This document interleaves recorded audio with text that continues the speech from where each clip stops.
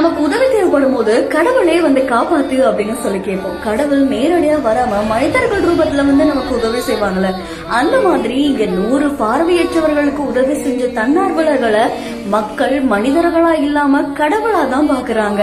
Michaung புயலால ரொம்பவே பாதிக்கப்பட்டு தங்களுடைய வாழ்வாதாரம், வீடு, வருமானம் எல்லாத்தையும் இழந்த பார்வையற்றவர்கள் 100 பேருக்கு இந்த கிறிஸ்துமஸையும் புத்தாண்டையும் சந்தோஷமா கொண்டாடணும் அப்படின்றதுக்காக தமிழ்நாடு தன்னார்வலர்கள் இணைஞ்சு அவங்களுக்கு அரிசி, காய்கறி, அன்றாட தேவைகள் மாதிரியான பல விஷயங்களை செஞ்சு பூர்த்தி செஞ்சிருக்காங்க. அது மட்டும் இல்லாம வாழை இலையில விருந்து உபசரிச்சிருக்காங்க. கிறிஸ்துமஸையும் புத்தாண்டையும் முன்னிட்டு கிறிஸ்துமஸ் தாத்தா மாதிரியா வேஷமிட்டு அவங்களுடைய கவலைகளை போக்குறதுக்கு தன்னார்வலர்கள் அவ்வளவு உதவி செஞ்சிருக்காங்க.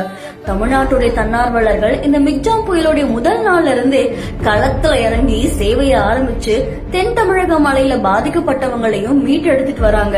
இதுல தமிழக அரசு, காவல்துறைன்னு அத்தனை பேருடைய ஆதரவோட சுமார் 21,000க்கும் மேற்பட்ட குடும்பங்களுக்கு உதவி செஞ்சிருக்காங்க. அதையும் தாண்டி சுமார் 1026 தன்னார்வலர்கள் இந்த களப்பணியில ஈடுபட்டு சேவை செஞ்சுட்டு வராங்க. அதோட முக்கியமான ஒரு விஷயம், இதுக்கு எந்த ஒரு நன்கொடையும் அவங்க பெற்றுக்கல அப்படின்னு சொல்லி தலைமை ஒருங்கிணைப்பாளர் ஹரிகிருஷ்ணன் மற்றும் ராமகிருஷ்ணன் சொல்லியிருக்காங்க.